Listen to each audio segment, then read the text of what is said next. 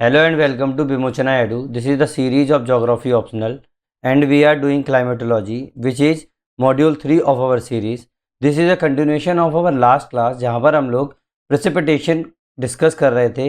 ये पूरा का पूरा हमारा हाइड्रोलॉजिकल साइकिल का ही पार्ट चल रहा है बट मैं इसको एक अलग टॉपिक की तरह ट्रीट कर रहा हूँ. इससे पहले मैंने प्रेसिपिटेशन के टाइप्स बता दिए थे आप लोगों को कि किस टाइप के होते हैं. ह्यूमिडिटी बता दी थी क्या होता है. और लास्ट वीडियो में जब मैं क्लाउड बता रहा था तो उस टाइम में मैंने बोल दिया था कि वैसे तो इसमें ज़रूरी नहीं है ज्योग्राफी ऑप्शनल के अंदर क्लाउड्स के बारे में जानकारी लेना, बट बार बार कहीं वो आपका साइक्लोन्स हो, चाहे वो आप लोगों का मॉनसून हो, चाहे आप लोगों का ये प्रेसिपिटेशन वाला टॉपिक हो, कहीं भी आके मुझे बार बार क्लाउड्स के नेम मेंशन करने पड़ रहे थे. लेकिन जब आप एग्ज़ाम के अंदर जाते हो तो कहीं आप कंफ्यूज ना हो जाएं. सिर्फ इसीलिए आप लोगों को थोड़ा सा इसी वाले वीडियो के अंदर मैं हल्का सा क्या करूँगा, ट्रिक्स बता दूंगा कि किस तरीके से आप लोगों को क्लाउड्स याद रखने हैं. मैं कुछ ज़्यादा डिटेल में नहीं जाऊँगा, कुछ नहीं करने वाला, बस सीधा आप लोगों को बस हल्का सा टच करवाने वाला हूँ.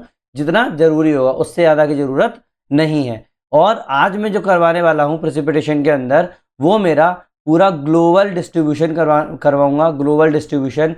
और इस ग्लोबल डिस्ट्रीब्यूशन के ऊपर कौन सी चीज़ें अफेक्ट कर रही हैं वो, ठीक है. और जो मेरा इंडिया के पर्सपेक्टिव से होगा, जो मेरा पेपर नंबर 2 के अंदर मोस्टली पूछा जाता है, वो अपन लोग नेक्स्ट वीडियो में डिस्कस करेंगे. दैट मीन्स मेरा 3 वीडियो में प्रेसिपिटेशन का पूरा कंप्लीट हो जाएगा. अगर आप लोगों को लग रहा है कि मैं बड़ा स्लो चल रहा हूँ तो भाई मैं स्लो नहीं चल रहा हूँ, but because of the restraints of the YouTube मैं 1 घंटे से ऊपर का वीडियो नहीं बना पा रहा है. एक्चुअल क्लास के अंदर 2.5 आवर का एक वीडियो होता है, उसके अंदर अपन प्रॉपर तरीके से पूरा का पूरा एक दिन में कवर कर लेते हैं.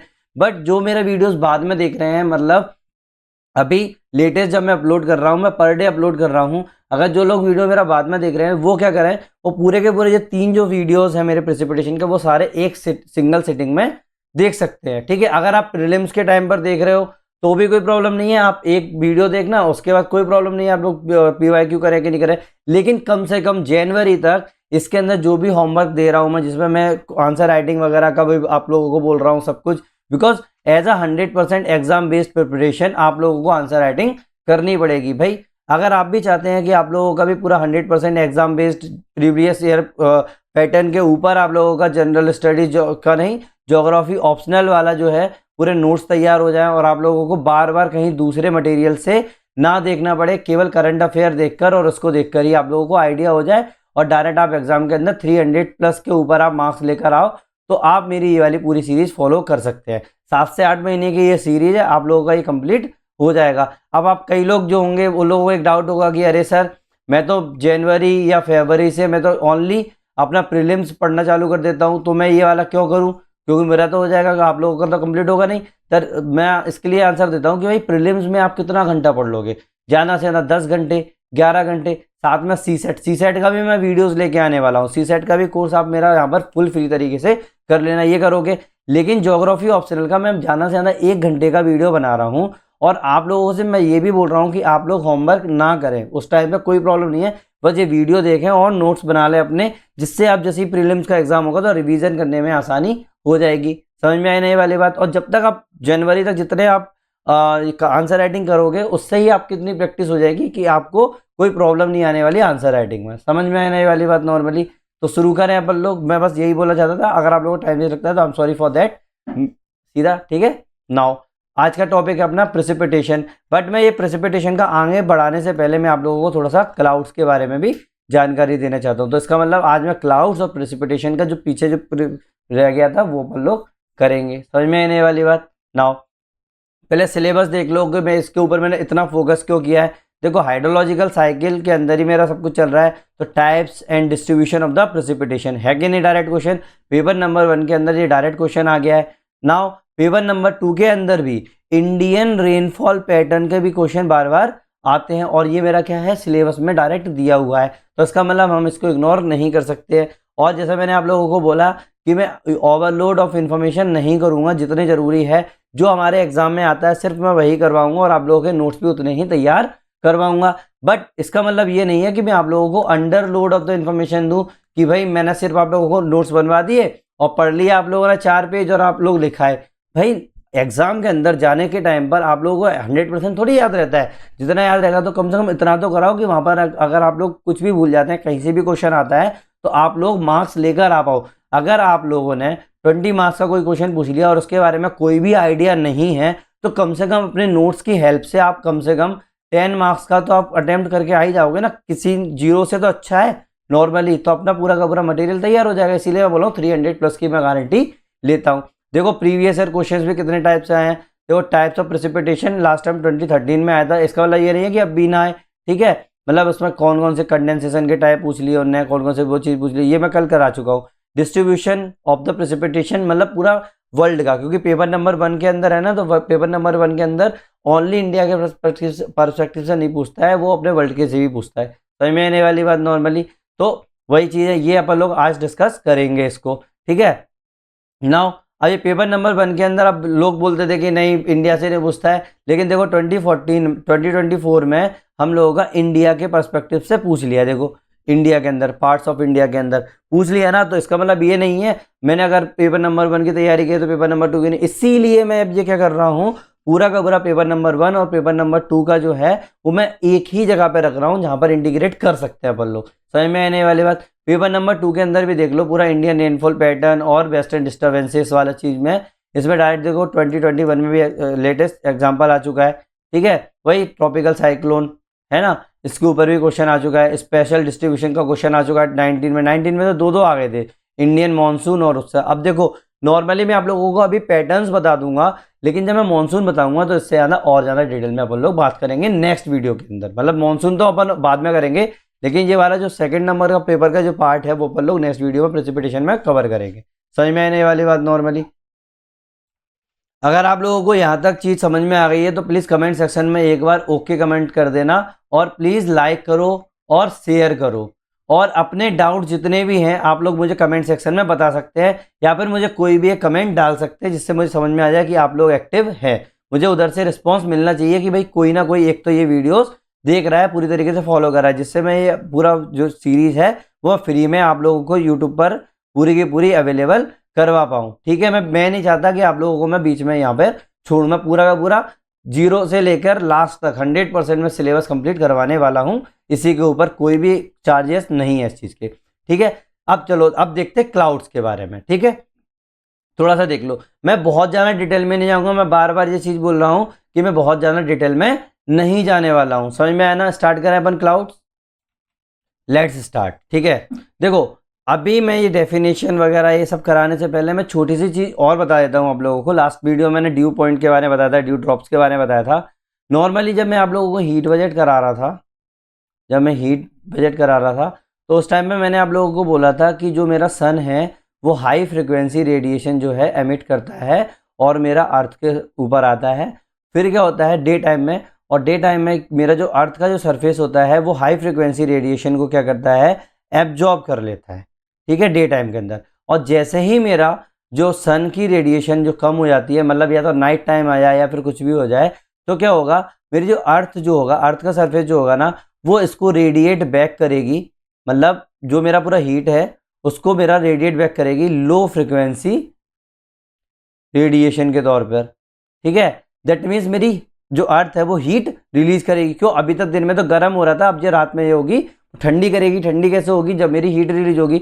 अब ये बताओ कि अगर मेरा आसमान मेरा अगर क्लीन नहीं हुआ, क्या नहीं हुआ, आसमान मेरा अगर क्लीन नहीं हुआ तो क्या प्रॉब्लम आएगी। नॉर्मली क्या प्रॉब्लम आएगी, क्लीन नहीं हुआ तो सीधी सीधी बात है, ऑब्वियस सी बात है कि मेरा जो हीट जो होगी वो मेरी वहीं पर ट्रैप होकर रह जाएगी।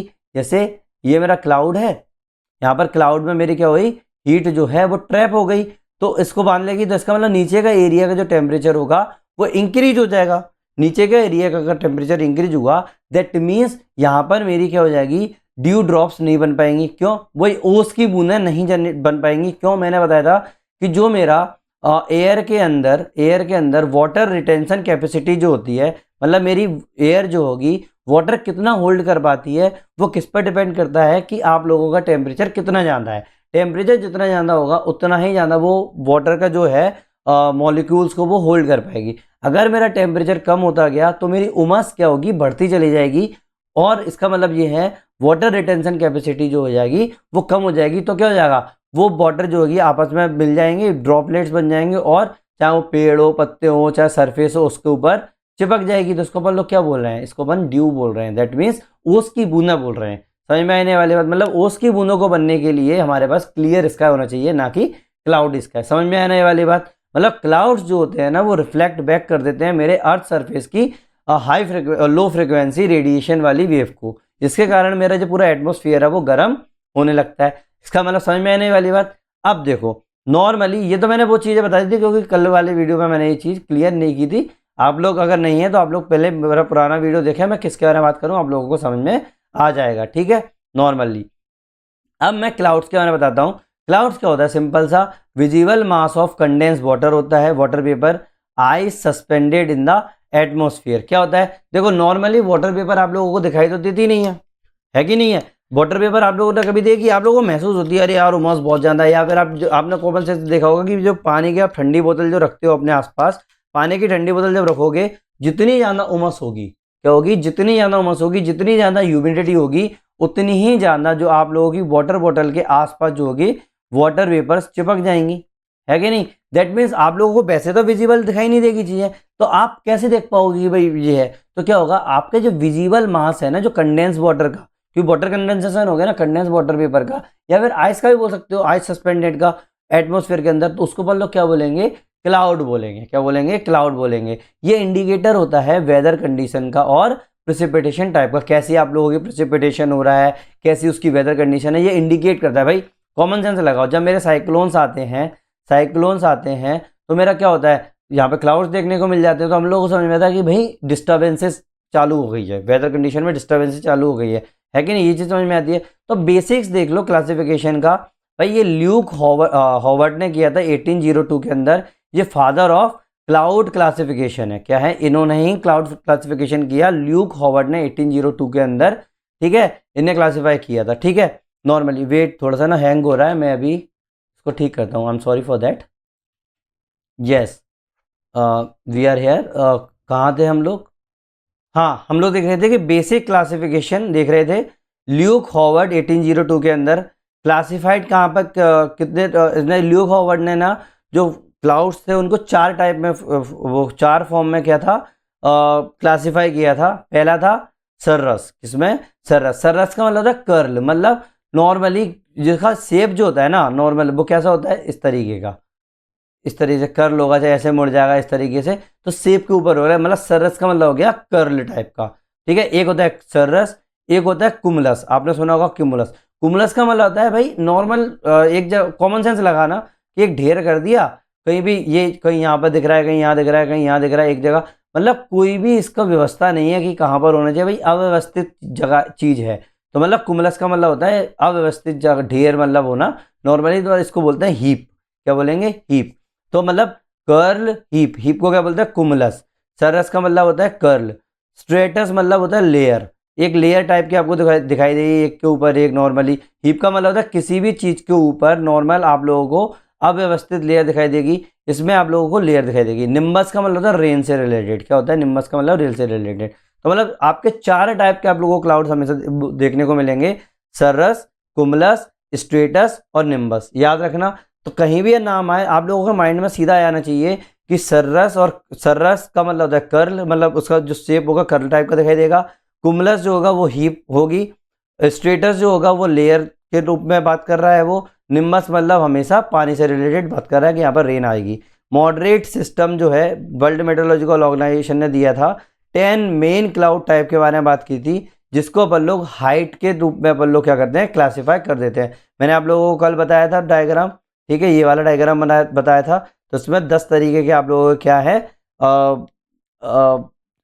क्लाउड के टाइप्स हैं, जिसको वर्ल्ड मेट्रोलॉजिकल ऑर्गेनाइजेशन ने क्या किया है, ग्रुप किया है। मैं अभी आपको ये बताऊंगा कैसे करते हैं, ठीक है।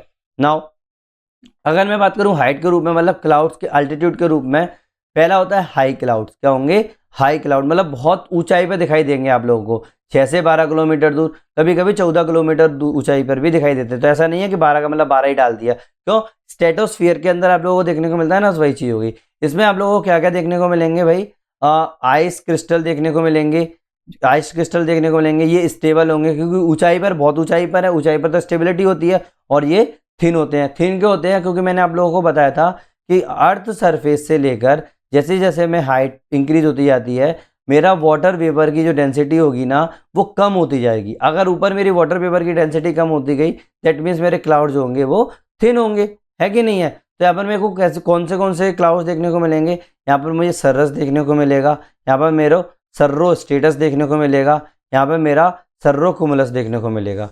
ठीक है, सर्रस सर्रो स्टेटस और कुमुलस, मतलब सर्रस तो है ही है। नाउ सर्रस कैसे टाइप के होंगे? Wispy, feather like, fair weather but they indicate the approaching disturbances. Now wait, thin veil जो है, नाउ थिन वेल, अब ये सर्रो स्टेटस जो है अब देखो ये भी CIS से कर रहे हैं।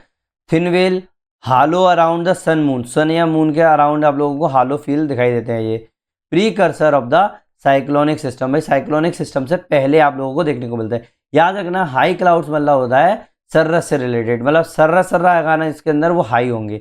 सर्रो कुमुलस, सर्रो स्टेटस, और सर्रा स्टेटस का मतलब ये चीज हो गई। कुमुलस मतलब हो गया आप लोगों का स्मॉल रिपल्स देखने को मिलेंगे, मतलब mackerel sky. Unstable upper atmosphere आप लोगों को देखने को मिलता है इनमें, तो इस तरीके के हो गए। मिडिल क्लाउड्स की मैं बात करूं 2 से 6 किलोमीटर पे देखने को मिलते हैं। Water drops plus ice mix होता है इसके अंदर, है कि नहीं? नाउ आल्टो, अब जब भी मिडिल की बात करोगे ना तो उसमें आल्टो की बात करोगे। किसकी बात करोगे? आल्टो की बात करोगे। अब आल्टो में कौन कौन से होंगे आप लोगों के? आल्टो स्टेटस और आल्टो कुमुलस, आल्टो स्टेटस और आल्टो कुमुलस। देखो तो सब में ही होगा, स्टेटस और कुमुलस आप लोगों को सब जगह देखने को मिलेंगे। ठीक है, बस सर्रस जो है ना वो सबसे ऊपर दिखाई देते हैं। अब आल्टो स्टेटस और आल्टो कुमुलस। अब आल्टो स्टेटस मैंने बताया था मिडिल है, इसका मतलब मेरा जो ह्यूमिडिटी जो होगी वो मिडिल पाथ में अपनी हाई से थोड़ी ज़्यादा होगी। तो इसका मतलब जो मेरे क्लाउड्स होंगे वो थोड़ा थोड़ा सा अपना वाटर ड्रॉपलेट ज़्यादा होती जाएंगे उसके अंदर। तो ग्रेट सीड्स देखने को मिलेगी, कवर स्काई, सन डिमली विजिबल, बहुत विजिबल होता है लेकिन कम। स्ट्रेटोकुमुलस की मैं बात करूं, वाइट या ग्रीन पैचेस देखने को मिलेंगे, इंडिकेट करेगा convection at the mid level. Mid level पर आप लोगों को क्या इंडिकेट करेगा? ठीक है। Now low cloud, low cloud मतलब बहुत नीचे, low cloud up to 2 kilometre, water drops thick, water drops जो दिखाई देंगे और थिकनेस बहुत ज़्यादा दिखाई देगी 2 किलोमीटर तक। स्ट्रेटस, स्ट्रेटोकुमुलस और निम्बस क्लाउड्स जो होते हैं आप लोगों के, ये हो गए लो क्लाउड्स के ऊपर आप लोगों को देखने को मिलेंगे। ग्रे यूनिफॉर्म लेयर, ड्रिजल, ठीक है। स्ट्रेटोकुमुलस जो होगा रोल लाइक और लेस रेनफॉल दिखाई देगा। निम्बो स्टेटस जो दिखाई देंगे आप लोगों को thick, dark, wide spread rain दिखाई देगी। वर्टिकल डेवलपमेंट देख लो छोटा सा। कुमुलस जो होंगे आप लोगों को कॉटन लाइक दिखाई देते हैं और फेयर वेदर दिखाई देती है, यहाँ पर कन्वेक्शन होता है यहाँ पर। कुमुलो निम्बस जो होंगे आप लोगों के वो ह्यूज होंगे, अनेविल शेप होंगे, यहाँ पर थंडरस्टॉर्म देखने को मिलेंगी, साइक्लोन्स देखने को मिलेंगी और हैवी रेंज देखने को मिलेगी। समझ में आने वाली बात नॉर्मली। अब देखो ये तो अपन ने उसके क्या बता दिया मैंने आप लोगों को कि जब भी आपको नाम आए तो आप लोगों को समझ में आना चाहिए कि क्या क्या चीज़ आप लोगों को देखने को मिलती है। अब रिमेंबर कैसे करोगे कितने टाइप के क्लाउड्स हो गए? भाई एक छोटी सी ट्रिक है जो 11th-12th के बच्चे पढ़ना पसंद करते हैं, इसको याद करना तो वही चीज़ है। Can clever students never ask anything any strange classmate, है ना? क्या can clever student never ask any strange classmate. अब देखो कैन मतलब सीधी सीधी बात है, सी से अब चीज़ें आएंगी, सी से 3 चीज़ें थी, सर्रस, सर्रो स्टेटस और सर्रो कुमुलस। मतलब स्टेटस कुमुलस तो याद ही रखना है, हर जगह होगा। ठीक है, ऊंचाई पे सर्रो सर्रो दिखाई देता है तो सर्रो सर्रो हो गया। फिर निम्बस, निम्बो स्टेटस, निम्बस मतलब वाटर से रिलेटेड होगा, समझ में आया ना? Alto stratus, alto cumulus, stratus, strato cumulus, cumulus और कुमुलो निम्बस। ठीक है, देखो can clever student, cirrus, cirrus, cirro stratus, cirro cumulus, nimbus never मतलब निम्बस, निम्बो स्टेटस, फिर आस्क मतलब आल्टो स्टेटस, फिर एनी मतलब आल्टो कुमुलस, स्ट्रेंज मतलब स्टेटस, फिर स्ट्रेटो कुमुलस, फिर क्लास से मतलब सी से मतलब कुमुलोनिम्बस और कुमुलोनिम्बस। ठीक है, कुमुलस और कुमुलोनिम्बस। तो ये याद रखना हाइट से नीचे नीचे आते जा रहे हैं। ये सबसे टॉप पर दिखाई देगा आप लोगों को बहुत ऊंचाई पर, ये आप लोगों को बॉटम दिखाई देगा। ठीक है, ये चीज़ समझ जाओ। नाउ ज्योग्राफिकल सिग्निफिकेंस क्या है भाई, इसके अपन ने क्लाउड जो पढ़ रहे हैं, पहली बार साइक्लोन्स में आप लोगों को सिग्निफिकेंस देखने, इस चक्कर में तो पढ़ने पड़ रहे हैं भाई। यहाँ पे आप लोगों को कुमुलो निम्बस देखने को मिलते हैं, निम्बो स्टेटस देखने को मिलते हैं। मॉनसून के अंदर आप लोगों को कुमुलो निम्बस देखने को मिलते हैं। वेस्टर्न डिस्टर्बेंस में आप लोगों को निम्बो स्टेटस देखने को मिलते हैं। फिर ड्रॉट मॉनिटरिंग के टाइम पे देखा तो reduce the vertical cloud, IMD ने केस स्टडी में 2016 में आप लोगों का ड्रॉट ईयर आया था, तब ये चीज़ें देखी थी। समझ में आया ना। बस मैं आप लोगों को बहुत ज़्यादा डिटेल में नहीं बता रहा हूँ, इतना समझ जाओ जितना जरूरी है। अब देखो टाइप्स ऑफ क्लाउड्स दिमाग में रखना है तो देखो वर्टिकली डेवलप्ड क्लाउड ये वाले हैं, कुमुलस और कुमुलोनिम्बस। वर्टिकली मतलब बहुत ऐसे दिखाई बनते हैं ये, ठीक है। यहाँ पर आप लोगों को फेयर वेदर क्लाउड वेदर देखने को मिलती है। यहाँ पर आप लोगों को कुमुलोनिम्बस, निम्बस वाली बात आ गई। निम्बस, निम्बस का मतलब क्या होता है, पानी से भरा हुआ, रेन। मैंने 4 बताई ना, आप लोगों को नाम से समझ जाना चाहिए अब तो, समझ में आया ना ये वाली बात। कुमुलो मतलब बहुत नीचे, वर्टिकली मतलब कुमुलो, तो कुमुलो कुमुलस, ठीक है, कुमुलो कुमुलस, ठीक है। तो ये क्या हो जाएगा, निम्बस का मतलब पानी से भरा हुआ। ऐसे लो में लो वाली बात क्या होती है, स्ट्रेटा। स्ट्रेटा का मतलब होता है लो, स्ट्रेटा का मतलब होता है लो। तो स्ट्रेटो कुमुलस, स्ट्रेटस और निम्बो स्टेटस। निम्बो में मतलब पानी से भरा हुआ ये वाला होगा, स्टेटस मतलब ग्रे और फॉगी होगा, स्ट्रेटो कुमुलस मतलब लो और लंपी होगा। ऐसे ही मीडियम में गए तो वो आल्टो होता है, ठीक है। आल्टो, आपने आल्टो वाली मीडियम वाली चीज़ होगी, मीडियम, ठीक है। आल्टो कुमुलस, आल्टो स्टेटस, 2 ही होते हैं बस इसके अंदर। इसके अंदर आल्टो निम्बस नहीं होते, बारिश थोड़ी कराता है। निम्बस क्लाउड केवल आप लोगों को लो लेवल पर देखने को मिलेंगे, उसके बाद देखने को नहीं मिलते हैं। तो इसीलिए इसके अंदर आप लोगों को सिर्फ आल्टो स्टेटस और आल्टो कुमुलस देखने को मिलते हैं, ठीक है। नाउ सर्रो कुमुलस, सर्रो कुमुलस मतलब ऊपर गया, अपर में क्या बोलते हैं, सर्रो बोलते हैं, ठीक है। कहीं भी लगाओ सर्रो का मतलब बहुत ऊपर दिखाई देगा। तो सर्रो कुमुलस, सर्रस और सर्रो स्टेटस। सर्रस मतलब आईपी स्ट्रीम देखने को मिलती है, फेदर लाइक टाइप की चीज़ देखने को मिलती है। आगे समझ में, समझ में आ गया ना। अब अपना जो है मेन टॉपिक जो अपन लोग, जिसके लिए आप लोगों ने अभी थंबनेल पर क्लिक किया था, वो अपन लोग करते हैं, ठीक है। Topic is global distribution of the precipitation. जैसे पूरे दुनिया में किस तरीके से डिस्ट्रीब्यूशन हो रहा है, बस वो अपन लोग क्या करेंगे, एग्जाम बेस करेंगे। एग्जाम में अगर क्वेश्चन आता है तो अपन डायरेक्ट किस तरीके से लिख के आएंगे। तो थोड़ा सा अपन लोग सबसे पहले इंट्रो लिखते हो, तो बस वही इंट्रो टाइप का आप देख लो। प्रेसिपिटेशन क्या होता है, precipitation is equal to transfer of atmospheric weather to the earth surface. क्या, transfer of atmospheric weather to the earth surface. पूरे के पूरे जो एटमॉस्फेरिक वेदर है ना, उसको अर्थ सरफेस पर ट्रांसफर करने के लिए जो चीज़ होती है उसको बोलते हैं प्रेसिपिटेशन। चाहे वो लिक्विड में भी हो सकती है या फिर सॉलिड फॉर्म में बोल सकती है। अब वो कौन सी, रेन, स्नो, हेल, जो मैं कल बता चुका हूँ।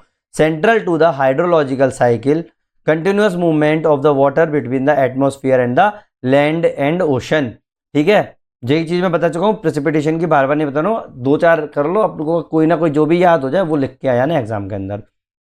Global and regional precipitation pattern are set by the large scale atmospheric circulation. भाई पूरे एटमॉस्फेयर में जो सर्कुलेशन हो रहा है उसी पर तो आप लोगों का ये प्रेसिपिटेशन का पैटर्न डिपेंड करेगा। दूसरी चीज, ओशन एटमॉस्फेरिक इंट्रैक्शन पर भी डिपेंड करेगा कि भाई ओशन और एटमॉस्फेयर का क्या इंट्रैक्शन हो रहा है। टोपोग्राफी और सीजनल माइग्रेशन पर भी ये डिपेंड करता है, किसका, थर्मल इक्वेटर के। मतलब ITCZ की बात कर रहा है, जैसे जैसे चेंज होगा, है ना, प्रेसिपिटेशन उसी पर डिपेंड करता है। अब एग्जाम के अंदर अगर आपको लाइन लिखी आनी है तो वो भी मैंने लिख दिया है, एग्जाम ओपनर लाइन वाई जिसको यूज कर सकते हैं। Distribution of the precipitation is a multi scale outcome, एक मल्टी स्केल आउटकम है। Planetary circulation create broad belt between the topography ocean and seasonal shift create regional contracts. क्या है, belt while the topography ocean and seasonal shift create regional contract. समझ में आने वाली बात। Now global zonal band, अब देखो कहाँ कहाँ पर आप लोगों को देखने को मिलता है। देखो मैंने ये वाली जगह इसलिए छोड़ी है कि आप लोगों को बता दूं, बार बार नहीं बताऊंगा ये चीज़ मैं। नॉर्मली आप लोगों को पता है ट्रॉपिक्स पर अलग होती है 60-90, ये हो गया 30 डिग्री नॉर्थ 30 डिग्री साउथ, ठीक है। ये 60 डिग्री नॉर्थ, यहाँ पर हो जाएगा 60 डिग्री साउथ, ठीक है। फिर यहाँ पर आप लोगों को 90 डिग्री पोल, यहाँ पर आप लोगों का भी पोल देखने को मिलता है, लेकिन यहाँ पर क्या मिलता है आप लोगों का, सदर्न पोल और ये नॉर्दर्न पोल। समझ में आने वाली बात। अब इन्हीं में से कहाँ कहाँ आप लोगों को देखने को मिलता है वो देखो। अगर मैं सिर्फ इस इलाके की बात करूँ जहाँ पर मुझे ITCZ देखने को मिलता है, और ITCZ मेरा कितना होगा, लगभग 10 डिग्री तक ऊपर जाता है, कभी कभी 10 डिग्री तक नीचे जाता है। तो मतलब 10 से लेके 10 डिग्री नॉर्थ और साउथ में आप लोगों को देखने को मिलेगा। तो यहाँ पर मेरा कैसा पानी होगा, क्यों होगा, कैसा होगा, वो मैं बताता हूँ। सबसे पहला होगा इक्वेटोरियल। या फिर उसको मैं बोल सकता हूँ ITCZ बेल्ट, मतलब लगभग 10 डिग्री नॉर्थ 10 डिग्री साउथ के बीच में जो बेल्ट दिखाई दे रहा है ना, वहाँ पर आप लोगों को क्या दिखाई देगा, नॉर्मली इक्वेटोरियल बेल्ट या फिर ITCZ बेल्ट दिखाई देगा। यहाँ पर क्या होगा, क्या होता है, परसिस्टेंट हैवी कन्वेक्शन देखने को मिलता है, यहाँ पर वेरी हाई एनुअल रेनफॉल देखने को मिलता है। क्यों, आपकी हीट ज़्यादा होगी, आप लोगों का वाटर यहाँ पर बहुत ज़्यादा है क्योंकि ओशन सरफेस है, तो ऑब्वियस सी बात है कन्वेक्शन भी अच्छा खासा होगा और एनुअल रेनफॉल भी यहाँ पर देखने को मिलता है, लगभग 2000 से 3000 mm से भी ऊपर में देखने को मिलता है।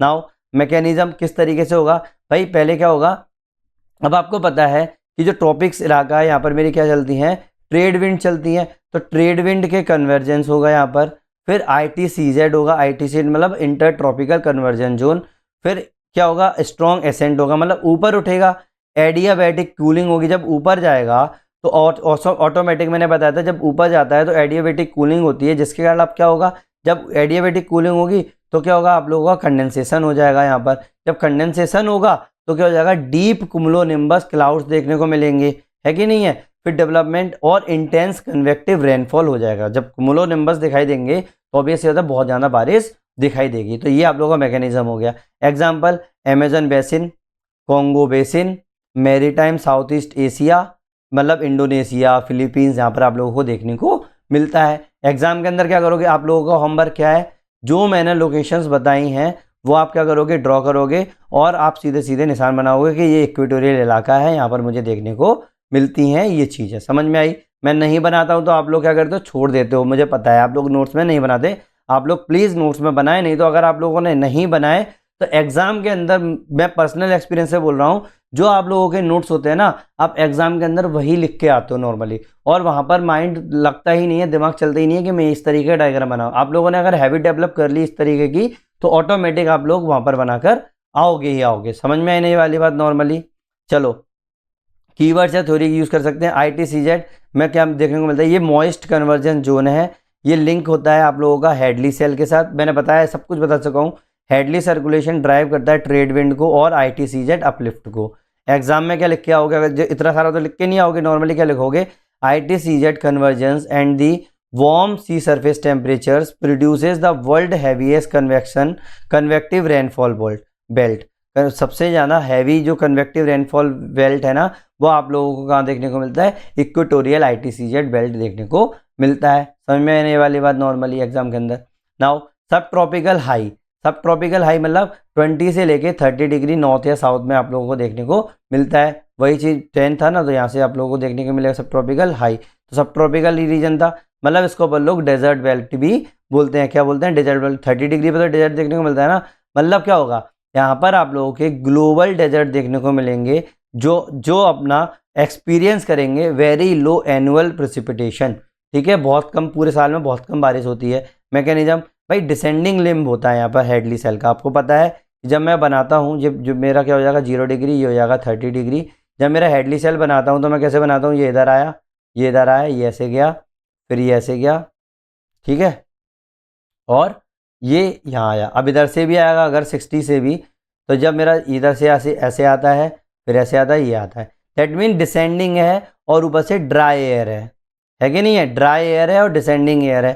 तो आप लोगों को क्या मिलता है यहाँ पे, आप लोगों को देखने को मिलेंगे डेजर्ट देखने को मिलेंगे, मतलब सिंकिंग एयर है। फिर अब चूंकि नीचे जाएगी चीज़ है, जब नीचे जाएगी सरफेस की तरफ तो क्या होगी, एडियाबैटिकली वार्म होगी। जब ऊपर उठती है तो एडियाबैटिकली कूल्ड होती है, और नीचे जाएगी तो एडियाबैटिकली वार्म होगी। जब वार्म होगी तो क्या होगा, एयर की वाटर रिटेंशन कैपेसिटी जो होगी वो इंक्रीज हो जाएगी, और मेरी जो ह्यूमिडिटी होगी वो कम हो जाएगी, है कि नहीं है। तो मतलब रिलेटिव ह्यूमिडिटी को ये क्या करेगा, रिड्यूस कर देगा। इससे आप लोगों को क्या होंगे, क्लाउड सप्रेशन हो जाएगा। दैट मीन क्लाउड्स आपने को देखने को नहीं मिलेंगे। तो क्लाउड्स नहीं होंगे तो बारिश भी नहीं होगी। एग्जाम्पल के तौर पर Sahara desert, Arabian desert, Atacama desert और सेंट्रल ऑस्ट्रेलिया, ये भी वो है कि आप लोगों को बनाना है वहाँ पर।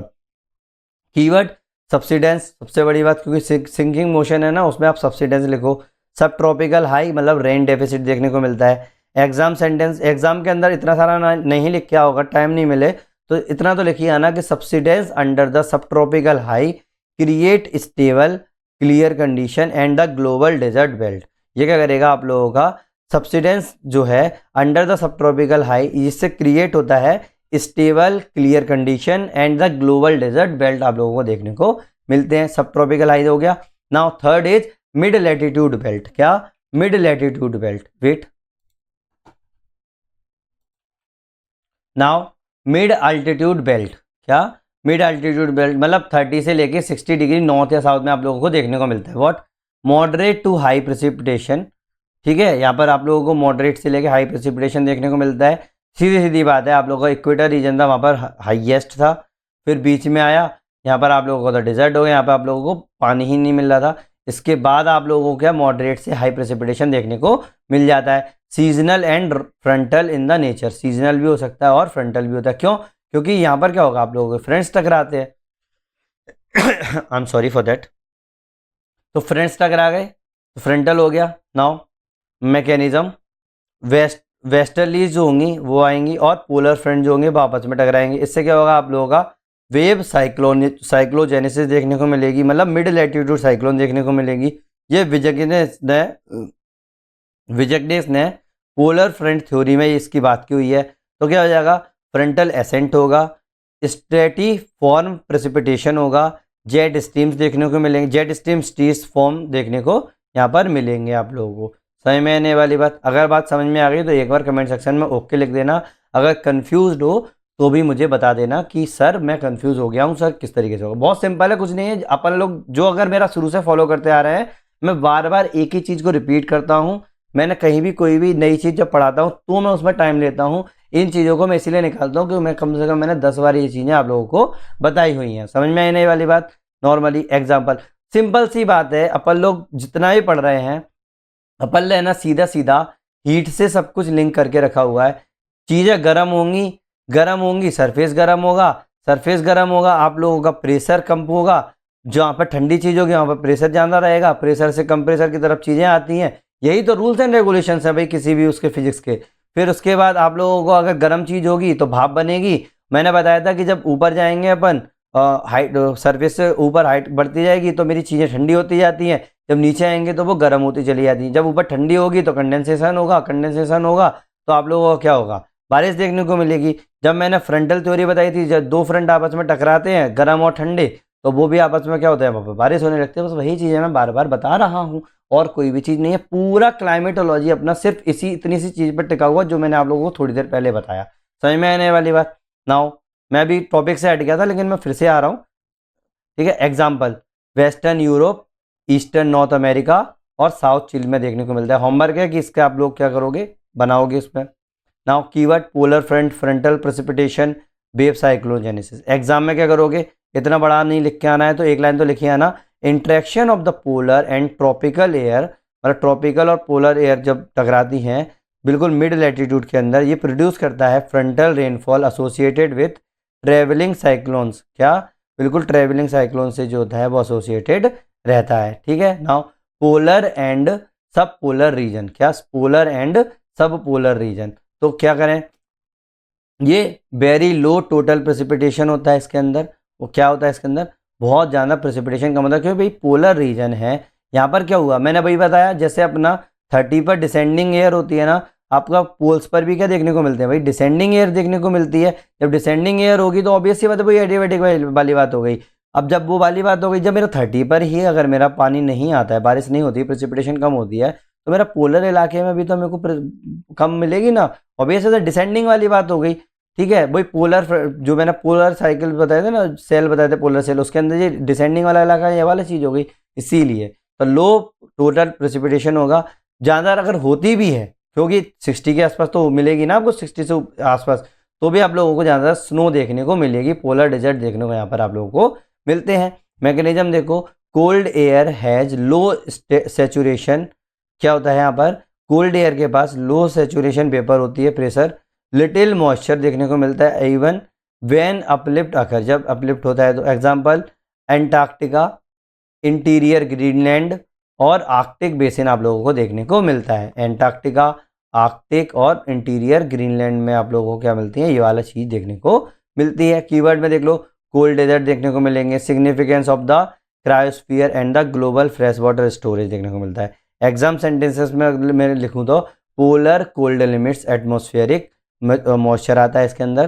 Polar cold limits atmospheric moisture, ये क्या करता है आप लोगों का अब चूंकि बहुत ज़्यादा सर्दी है तो एटमॉस्फेयर में मॉइस्चर ही नहीं रहने वाला, ठीक है।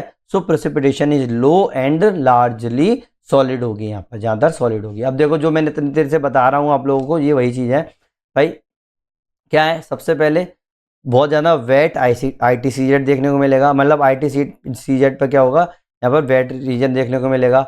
ड्राई सब ट्रॉपिक्स देखने को मिलेंगे, सब ट्रॉपिक्स मतलब इतना इलाका जो होगा वो ड्राई होगा। फ्रंटल मिड देखने को मिलेगा, मतलब इस इलाके में आप लोगों को फ्रंटल मिड देखने को मिलेगा। मिड लैटिट्यूड में फ्रंटल देखने को मिलेगा ना। पोलर कोल्ड में मतलब यहाँ पर आप लोगों को पोलर कोल्ड में मतलब कम और कम हो जाएगी।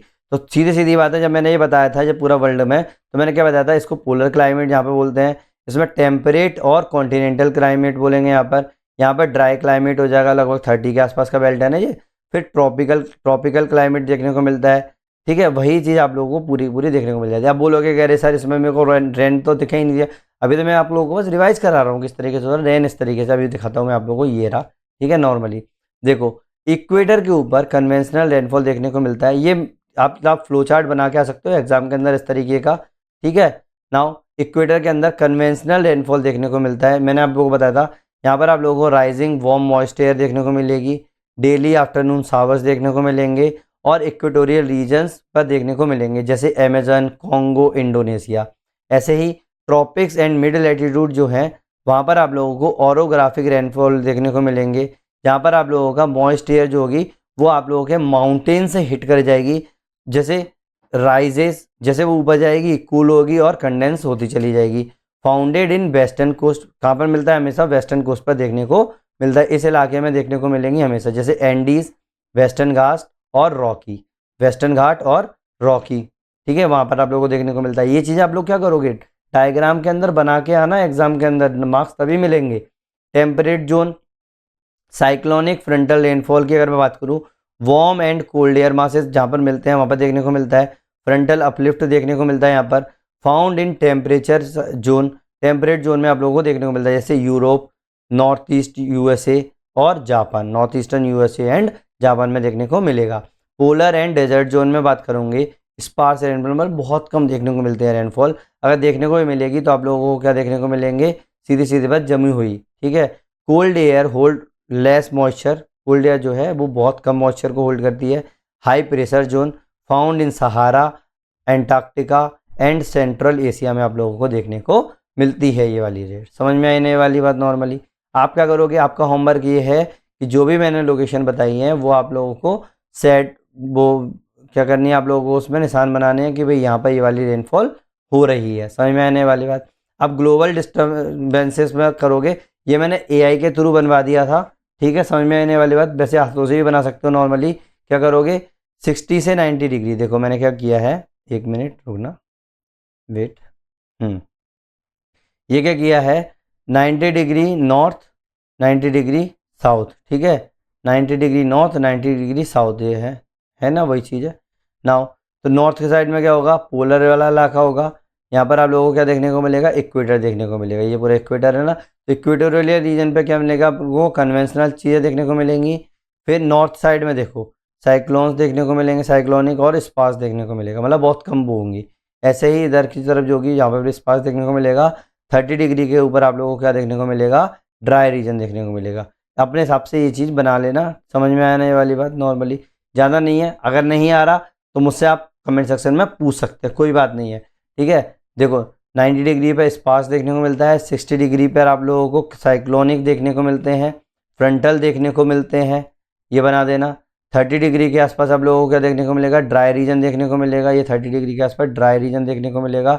और जो 30 से लेकर जहाँ तक आप लोगों को क्या मिलेगा, आप लोगों को कन्वेक्शनल रेनफॉल देखने को मिलेगा, है कि नहीं है। नाउ देखो ग्लोबल डिस्ट्रीब्यूशन मैंने जितना AI के थ्रू बनवाना था मैंने बनवा लिया, बाकी की आप बना लेना। ये देखो ये जो ग्रीन वाला है ना, यहाँ पर कन्वेंशनल देखने को मिलता है, क्यों, क्योंकि ये मेरा क्या है, आपका ट्रॉपिक्स के आसपास है ना। नॉर्मली आपका जो ब्लू वाला रीजन है, यहाँ पर आप लोगों को साइक्लोनिक देखने को मिलते हैं ये वाले इलाके में, है कि नहीं। ये वाला ये मानसून टाइप की चीज़ें हो जाती हैं इधर की तरफ। स्पार्स मतलब यहाँ पर बहुत कम देखने को मिलेगा, ऊपर का इलाका ही है यहाँ पे, ठीक है। पोलर वेरी अब जहाँ पर तो बना ही नहीं है नॉर्मली इस वाले इलाके में। ड्राई या सब ट्रॉपिकल डेजर्ट, ड्राई या सब ट्रॉपिकल डेजर्ट मतलब सहारा, आटाकामा, यहाँ पर आप लोगों को ऑस्ट्रेलियन, यहाँ पर आप लोगों को बहुत कम देखने को मिलता है। ये वाले इलाके की बात कर रहे हैं अपन लोग थोड़ा थोड़ा, ठीक है। कलर ग्रेडिंग ठीक नहीं है, मुझे पता है एआई के थ्रू बनाया, बस मैंने आप लोगों को आइडिया दे रहा कि आप लोग खुद से बना के उसमें लगा लेना, ठीक है। नाउ अभी तक मैंने आप लोगों को क्या बताया, सीधा सीधा कि क्या क्या कहाँ पर होते हैं। अब देखो कि कौन सी चीज़ें जो हैं, कौन से फैक्टर्स जो हैं वो कंट्रोल कर रहे हैं, इन्फ्लुएंस कर रहे हैं अपने किसको, प्रेसिपिटेशन को। पहला, latitude and the global circulation cell. क्या, लैटिट्यूड एंड ग्लोबल सर्कुलेशन, याद रखना क्या कर रहे हैं हम लोग, मेजर ग्लोबल कंट्रोल्स या इन्फ्लुएंसिंग फैक्टर, किसको, प्रेसिपिटेशन को। समझ में आने वाली बात। पहला फैक्टर होगा latitude and global circulation cell, मतलब लैटिट्यूड जो होता है ना वो गवर्न करता है सोलर हीटिंग ग्रेडियंट को, जो कि हेडली, फेरल और पोलर सेल के द्वारा सेट किया जाता है। मैंने बताया तीनों सेल होते हैं। राइजिंग ब्रांचेज जो होंगी ना वो प्रोड्यूस करेंगी बेट बेल्ट को, मतलब ऑब्वियस सी बात है, मैंने क्या बताया था, वाटर कंटेंट्स कहाँ होगा, जब जो चीज़ें ऊपर उठ रही है उस साइड, ठीक है, और जो नीचे बैठेंगी उसमें क्या होगा, वो आप लोगों का ड्राई होगा, है कि नहीं। While descending branches produces the aridity, मतलब सब ट्रॉपिक्स में आप लोगों को देखने को मिलता है। दैट मीन्स लैटिट्यूड जो होंगे और ग्लोबल सर्कुलेशन सेल्स होंगे वो आप लोगों को बहुत ज़्यादा इन्फ्लुएंस करेंगे प्रेसिपिटेशन के ऊपर। मतलब क्या आप लिख के कैसे आओगे कि लैटिट्यूड जो होंगे वो सोलर हीटिंग को का रीजन बनता है, किस तरीके से होगा। फिर हेडली सर्कुलेशन होगा, असेंट नियर द इक्वेटर मतलब वेट होगा, and subsidence at the 20 to 30 degree dry होगा, है कि नहीं है। Now keyword Hadley cell, subsidence, ITC use करके आ सकते हो। Proximity to the moisture sources, second reason is proximity to the moisture sources, मतलब कॉन्टिनेंटलिटी वर्सेस मेरीटाइम, मतलब कॉन्टिनेंट पे कैसा होगा, मेरीटाइम पर कैसा होगा। ओशन जो होंगे ना वो प्रिंसिपल मॉइस्चर सोर्स होते हैं, आप लोगों को पता है भाई, जहाँ पानी से ही तो आप लोगों को मॉइस्चर देखने को मिलेगा, तो oceans are the principal moisture sources. मतलब कोस्टल या आइलैंड जो लोकेशन होती है ना वो रिसीव करती हैं मेरीटाइम मॉइस्चर को और हायर प्रेसिपिटेशन को, ऑब्वियस सी बात है। इंटीरियर जो होगी ना वो कॉन्टिनेंटलिटी वाला चीज़ दिखाएगी, दैट मीन्स आप लोगों को मॉइस्चर जो होगा रिड्यूस होगा और लार्ज थर्मल रेंजेस आप लोगों को देखने को मिलेंगी। तभी तो आप लोगों ने इंडिया के अंदर देखा होगा कि आसपास जो कोस्टल इलाका है ना वहाँ पर आप लोगों को पानी बहुत ज़्यादा दिखता है, और जो बीच का इलाका है वहाँ पर स्कार्सिटी हो जाती है। समझ में आने वाली बात, जो इंडिया में आप बताऊंगा मैं आप लोगों को, कल जो इंडिया का कराऊंगा ना उसमें आप लोगों को समझ में आएगा। एग्जाम्पल वेस्टर्न यूरोप, ठीक है, वेस्टर्न यूरोप में मेरीटाइम वाला है वर्सेस सेंट्रल एशिया, मतलब कॉन्टिनेंटल एरिडिटी देखने को मिलेगी। इंडिया का केरला कोस्टल वाला इलाका हो गया वर्सेस राजस्थान इंटीरियर वाला इलाका हो गया। केरला में बहुत तेज बारिश आती है, राजस्थान में तो आप लोगों को पता ही है, ठीक है। कीवर्ड कॉन्टिनेंटलिटी, मतलब डिस्टेंस फ्रॉम द ओशन को क्या बोलते हैं, कॉन्टिनेंटलिटी बोलते हैं। तो ये भी आप लोगों को क्या कर रहा है, इन्फ्लुएंस कर रहा है। टोपोग्राफी एंड ऑरोग्राफी, ये तो कॉमन सेंस है, आप लोगों को मैं बता ही चुका हूँ। Mountain forces moist air to rise, mountain से तो फोर्स करते हैं, अपने आप नहीं उठेगी तो भाई उपज जाओ, तभी नहीं तो इससे क्या होगा, एडियाबैटिक कूलिंग होगी, कंडेंसेशन होगा और हैवी विंडवर्ड रेनफॉल हो जाएगा। विंडवर्ड की तरफ क्या था, जिधर की तरफ आप लोगों का जो आप लोगों का ओशन को फेस कर रहा है उसको अपन लोग क्या बोलते हैं, विंडवर्ड, और जो पीछे वाला इलाका है जो सूखा इलाका है उसको अपन लोग क्या बोलते हैं, लीवर्ड। समझ में आया ना। Levered side become the rain shadow area, मतलब ड्राई एरिया। एग्जाम्पल वेस्टर्न घाट का एग्जाम्पल ले लो, ठीक है, अपना वेस्टर्न घाट का एग्जाम्पल ले लो।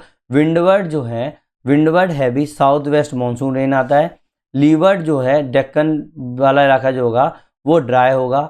एंडीज जो होगा, एंडीज का अगर एग्जाम्पल लोगे तो एटाकामा जो है लीवर्ड साइड पर है। जब कंबाइन कर देते हैं जब कोल्ड हमबोल्ट करंट के साथ तो क्या हो जाएगा, ड्राई हो जाता है। कीवर्ड देखो, ऑरोग्राफिक, अपलिफ्टमेंट, रेन शैडो इलाका, ठीक है। तो लैटिट्यूड देख लिया, proximity to the moisture sources मतलब कॉन्टिनेंटलिटी वर्सेस मैरीटाइम देख लिया, टोपोग्राफी और ओरोग्राफी भी देख लिया। Now ocean current and sea surface temperature pattern. अब आप बोलोगे अरे सर ये कैसे, भाई मैं जब ओशनोग्राफी कराऊंगा ना तो और आप लोगों को ये डिटेल में समझ में आ जाएगा, ओशन करंट क्या होता है, सी सरफेस टेम्परेचर का क्या इफेक्ट, पैटर्न का क्या इफेक्ट पड़ रहा है। तो मतलब जो वार्म करंट जो होंगे ना, वार्म करंट होंगे जैसे गल्फ स्ट्रीम करंट की बात कर रहे हैं, वो आप क्या होते हैं मैं आप लोगों को बताऊंगा। नॉर्मली आप इतना वो मत दिमाग लगाना। रेजेस लोकल सी सरफेस टेम्परेचर, क्या होगा जब वार्म करंट होंगे तो मेरा लोकल सी सरफेस टेम्परेचर होगा वो इंक्रीज हो जाएगा, तो ये इन्हांस करेगा एवेपोरेशन और मॉइस्चर सप्लाई को। भाई गर्म होगी चीज़ तो क्या होगा, मॉइस्चर सप्लाई होगी, ज़्यादा ज़्यादा एवेपोरेशन होगा। नाउ इससे क्या होगा, better adjacent land cold current देखने को मिलेगा, मतलब Humboldt reduce the evaporation, promote करेगा ये एरिडिटी को। सी सरफेस टेम्परेचर एनोमलीज देखने को मिलेंगी, वार्म पूल देखने को, सी सरफेस टेम्परेचर एनोमलीज मतलब वार्म पूल ऑल्सो मॉड्यूलेट कर, ये भी मॉड्यूलेट करता है साइक्लोन जेनेसिस को और कन्वेक्टिव एक्टिविटी को। जैसे वे ऑफ बंगाल जो गर्म हो रहा है ना, तो साइक्लोन सब लोगों के बढ़ते जा रहे हैं, ऑब्वियस सी बात है, मैंने बताया ना साइक्लोन्स के टाइम पे, तो वही चीज़ हो गई। कीवर्ड सी सरफेस टेम्परेचर, क्या सी सरफेस टेम्परेचर कीवर्ड ले लो उसके अंदर, सी सरफेस टेम्परेचर के ऊपर ही डिपेंड करता है। नेक्स्ट इज क्या, अगला फैक्टर क्या है, एटमॉस्फेरिक स्टेबिलिटी। क्या है, atmospheric stability, vertical temperature structure, ये एटमॉस्फेरिक स्टेबिलिटी या और वर्टिकल टेम्परेचर स्ट्रक्चर जो है डिपेंड करता है। जैसे अनस्टेबल एटमॉस्फेयर मतलब इन्वायरमेंटल लैप्स रेट, अगर मेरी अनस्टेबल एटमॉस्फेयर कब होगा, जब मेरी environmental lapse rate moist adiabatic lapse rate से ज़्यादा होगी, तो मेरा क्या हो जाएगा, अनस्टेबल एटमॉस्फेयर हो जाएगा। मैंने स्टेबिलिटी के बारे में जब बता रहा था तब भी मैंने आप लोगों को बताया था, अगर जिन लोगों ने मेरा वाला वीडियो नहीं देखा है तो प्लीज़ एक बार मेरा एटमॉस्फेरिक स्टेबिलिटी वाला वीडियो देख लेना, जिससे आप लोगों को ये चीज़ समझ में आ जाए। समझ में आया ना, फिर भी मैं तो बोलूँगा कि मेरा पूरी की पूरी सीरीज़ फॉलो करो, आप लोगों को समझ में आएगा कि कितनी सिंपल है। मैं ज्योग्राफी आप लोगों को बहुत ज़्यादा सिंपल लगने लगेगी, और 300 प्लस जो मार्क्स है वो आप लोगों के लिए कहीं नहीं जाएंगे रियल एग्जाम के अंदर, याद रखना, बहुत बड़ी चीज़ होती है 300 की गारंटी लेना।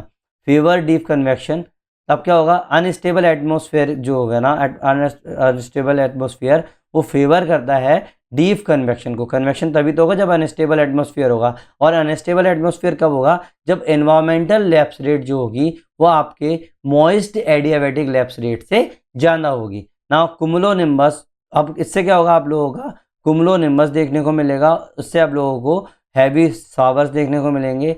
स्टेबल एटमॉस्फेयर जो होगा ना वो फेवर करता है स्ट्रेटिफॉर्म लाइट प्रेसिपिटेशन को। ऑब्वियस ही बात है, स्टेबल होगा तो थोड़ी सी प्रेसिपिटेशन कम होगी, है कि नहीं है। एग्जाम में क्या लिखोगे, इतना सारा तो लिखोगे नहीं, इससे लिखोगे unstable lapse rate favours cumulonimbus. Unstable lapse rate होगी तो कुमुलोनिम्बस के डेवलपमेंट को फेवर करेगा, और इंटेंस कन्वेक्टिव रेनफॉल होगा। क्या होगा, इंटेंस कन्वेक्टिव रेनफॉल होगा। Keyword lapse rate, convective instability, lapse rate और convective instability. Next factor is seasonality and migration of thermal equator. भाई ITCZ अगर माइग्रेट करेगा इधर उधर और सीजनल, तो ऑब्वियस ही बात है प्रेसिपिटेशन पैटर्न को भी चेंज होना पड़ेगा।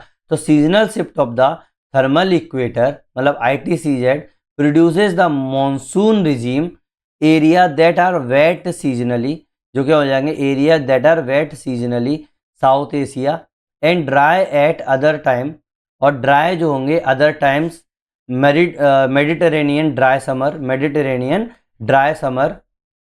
ठीक है, जो होंगे आप लोगों के area that are wet seasonally, जो कि आप लोग जो वेट जो होंगे वो सीजनली वेट होंगे, और जो dry at the other time. ठीक है, इससे जैसे मेडिटेरेनियन ड्राई समर। अब मैं जब आप लोगों को एटमॉस्फेयर वगैरह बताऊँ, वो सॉरी, जब आप लोगों को एनवायरमेंट पढ़ाऊंगा तो उस टाइम में मैं सारे के सारे ये भी बताऊंगा, और सीधे सीधी बात है जब मैं क्लाइमेट का क्लासिफिकेशन बताऊंगा ना तब भी आप लोगों को इनके बारे में जानकारी दूंगा एटमॉस्फेयर के अंदर। तो ये मैं समझना कि ये चीज़ मैं वैसे ही निकाल रहा हूँ। Example, northward migration of the ITCZ से क्या होगा, बोरियल समर आएगा, जिससे आप लोगों को साउथ वेस्ट मानसून देखने को मिलेगा इंडिया के अंदर। मैं जब मानसून बताऊंगा आप लोगों को समझ में आएगा कि नॉर्थवर्ड शिफ्ट पर आप लोगों का मानसून साउथ वेस्ट कैसे आता है। ठीक है, now keyword seasonality, monsoon mechanism, tele connection. ठीक है, next factor is tele connection, ENSO, Indian Ocean dipole, North Atlantic Ocean, meridional oscillation. ठीक है, तो इससे ये चीज़ें मैं जब मानसून कराऊंगा उसके बाद ये सब चीज़ें कराऊंगा। ठीक है, क्योंकि ये सब चीज़ इफेक्ट करती है आप लोगों के मानसून के ऊपर, इसीलिए मैं नहीं चाहता कि मैं आप लोगों को पहले बता दूँ और फिर बार बार बोलूँ कि यार मानसून से लिंक होता है, वो लिंक होता है, और वही चीज़ रिपीट होगी। तो मैं नहीं चाहता, एक फ्लो में चलते जाएंगे धीरे धीरे आराम से। ठीक है, नाउ टेली कनेक्शन क्या होते हैं भाई, ये रिमोट ओशन एटमॉस्फेरिक इंटरेक्शन होते हैं जो कि आप लोगों का कन्वेक्शन और मॉइस्चर ट्रांसपोर्ट को क्या करते हैं, चेंज करते हैं। एग्जाम्पल के तौर पर एल नीनो जो होता है often suppresses Indian monsoon rainfall. Indian Ocean dipole जो होगा वो मॉड्यूलेट करेगा इंडियन ओशन मॉइस्चर को। एग्जाम सेंटेंस में अगर आप बात करोगे तो एनसो और इंडियन ओशन डाइपोल जो होगा वेरिएबिलिटी एक्सप्लेन करता है मच इंटर एनुअल प्रेसिपिटेशन को। वेरिएबिलिटी एंड एक्सट्रीम ईयर्स में ड्रॉट फ्लड्स वाली बात हो गई। कीवर्ड एनसो वाली बात ही कर लो, टेलीकनेक्शन वाली बात कर लो। मैं क्या है इसके ऊपर जाना डिटेल में जाना नहीं चाहता, आप लोगों के नोट्स में ये चीज़ें हो जाएंगी तो इतना लिख लो। जैसे आप लोगों का पूरा कंप्लीट हो जाएगा ना ये क्लाइमेटोलॉजी तो आप लोगों को ये ऑटोमेटिक समझ में आ जाएंगी, इसीलिए मैं इस चीज़ को मैंने ऐसे ही निकाल दिया। समझ में आने वाली बात, बस आप तो बस इतना समझ लो कि टेली कनेक्शन जो है ना उसके कारण आप लोगों को क्या होगा, प्रेसिपिटेशन चेंज हो जाएगा, कहीं की पैटर्न चेंज हो जाएगा। ठीक है, नेक्स्ट इज, अब देखो नॉर्मली इतना करने के बाद आप लोगों का कहीं से भी क्वेश्चन आया था वो कर लेगा, लेकिन थोड़ा सा वैल्यू एडिशन एग्जाम के अंदर वैल्यू एडिशन करने के लिए मैं थोड़ी सी 2 या 3 लाइन बता लिख लेना। नॉर्मली कहीं भी आप यूज़ करके आ सकते हो एक्स्ट्रा क्रेडिट के लिए। क्लाइमेट चेंज क्या होता है, warming raises atmospheric moisture capacity Clausius Clapeyron. ठीक है, इसको बोलते हैं क्लॉसियस या क्लैपरन। वो तो भाई ऑप्शनल है तो इस तरीके के याद कर सकते हो, नहीं भी नहीं करना तो सीधा लिख लो warming raises atmospheric moisture capacity. अब क्या होगा, इससे क्या होगा, intensification of the heavy precipitation event and more extremes देखने को यहाँ पर आप लोगों को मिलेगा। मेजरमेंट एंड मैपिंग, मेजरमेंट और मैपिंग की बात करें तो use of radar, satellite and rain gauge network for the spatial iso height construction. ठीक है, आइसो हाइट कंस्ट्रक्शन। अब ये मैं बताऊंगा आप लोगों को क्या होता है ये आइसो हाइट वगैरह, मैं जैसे आप लोगों को आगे और बढ़ेंगे तब। ठीक है, पॉलिसी लिंक देखो, फोरकास्टिंग होती है, वाटर शेड मैनेजमेंट क्या होता है। ठीक है, फोरकास्टिंग होती है, वाटर शेड मैनेजमेंट में यूज़ होता है, लैंड यूज़ में होता है, प्लानिंग यूज़ में, लैंड यूज़ प्लानिंग में यूज़ होता है। Reduces vulnerability to the special uneven rainfall में भी ये चीज़ें यूज होती हैं, ये चीज़ आप यूज़ करके आ सकते हो। ठीक है, इतना ज़्यादा मतलब देखो मैंने क्या बताया, जितना ज़रूरी होगा उतना पढ़ेंगे। अगर मैं ये चीज़ वैसे निकाल रहा हूँ तो समझ लो वैसे ही निकालने वाली है। बस आप लोगों को ये अभी बहुत ज़्यादा टफ लगने लगा होगा कि यार ये लाइन से निकाल दी सर ने, तो अरे भाई जितना ज़रूरी होगा उतना करेंगे। मैं लंबा नहीं खींचना चाहता, आगे ये चीज़ें अपन को पढ़नी ही पढ़नी है कि नहीं। जब मैं मानसून पढ़ लूँगा, अपने को क्लाइमेट की क्लासिफिकेशन देखेंगे तो ये चीज़ें यूज़ होंगी, ऑटोमेटिक आ ही जाएंगी। समझ में आने वाली बात नॉर्मली। अब होमवर्क देख लेते हैं। आज का होमवर्क है, मैंने जितनी भी आप लोगों को लोकेशंस बताई हैं उस पर आप लोगों को मैप आउट करना है प्रेसिपिटेशन पैटर्न को, कौन सी जगह पर कैसी प्रेसिपिटेशन होती है। समझ में आने वाली बात नॉर्मली। अगर एक बार समझ में आएगी तो एक बार ओके कमेंट सेक्शन में लिख देना। दूसरा होमवर्क जो आप लोगों को करना ही करना है, और खासकर अभी कम से कम जनवरी तक तो करना ही करना है, कि एक इनमें से कोई भी आंसर राइटिंग कर लेना। अगर नहीं आती है तो मुझे आप डायरेक्ट मेल कर सकते हैं कि सर हमें नहीं आ रही है, जैसे भी आई, खराब आई अच्छी आई जैसी भी आई, मुझे प्लीज़ मेल करके बताना कि कैसे आप लोगों ने लिखा है, तो मैं फ्री में आप लोगों का एवेल्यूएट करूंगा। और ये केवल मैं इसके लिए ही बात नहीं कर रहा हूँ, अगर आप जनरल स्टडीज़ में भी आंसर राइटिंग कर रहे हैं तो मुझे आप डायरेक्ट मेल कर सकते हैं, मैं आप लोगों की उसमें भी हेल्प कर दूंगा। ठीक है, नेक्स्ट वीडियो जो होगा प्रेसिपिटेशन का ही अपन लोग करेंगे। अब पूरा अपन इंडिया के पर्सपेक्टिव पे करेंगे कि इंडिया के अंदर कैसे कैसे डिस्ट्रीब्यूशन हो रहा है। हो सकता है आप लोगों को पता है कि इंडिया में बहुत ज़्यादा क्वेश्चन पूछे गए हैं, दैट मीन्स अगर मैं डायमेंशन, अगर मुझे लगता है कि 1 घंटे से ऊपर अगर मेरा वीडियो बनेगा तो हो सकता है उसके भी मैं 2 पार्ट कर दूं। ठीक है, आप लोगों के लिए आप टेंशन मत लेना, आप लोगों का एग्जाम से पहले पूरा का पूरा सिलेबस कंप्लीट हो जाएगा, टेंशन की बात नहीं है। 7 से 8 महीने में मैं पूरा सिलेबस कंप्लीट करा दूंगा। क्या है देखो मैं बताऊं आप लोगों को, अभी आप लोग देख रहे होंगे कि काफ़ी टाइम लग रहा है, जियोमॉर्फोलॉजी, क्लाइमेटोलॉजी और इन्वायरमेंट, ये सबसे ज़्यादा टाइम खाते हैं आप लोगों का। अगर आप लोगों की ये 3 चीज़ें हो गई ना तो ऑटोमेटिक आप लोगों को बोलोगे कि अरे बाकी की सब चीज़ें आराम से हो जाएंगी। ठीक है, नॉर्मली। लेकिन मैं आप लोगों को क्या बहुत ज़्यादा आप एग्जॉस्ट हो गए होंगे क्लाइमेटोलॉजी के बाद, अब मैं सीधा सीधा ह्यूमन जोग्राफी पर जाऊँगा, जिससे आप लोगों को लगेगा थोड़ा सा अलग हो जाएगा, आप लोग बोर नहीं होगे। ठीक है, ऐसा नहीं है कि मैं वो नहीं करूँगा, मैं सब करवाऊँगा। ठीक है, जल्दी जल्दी करवाने के लिए।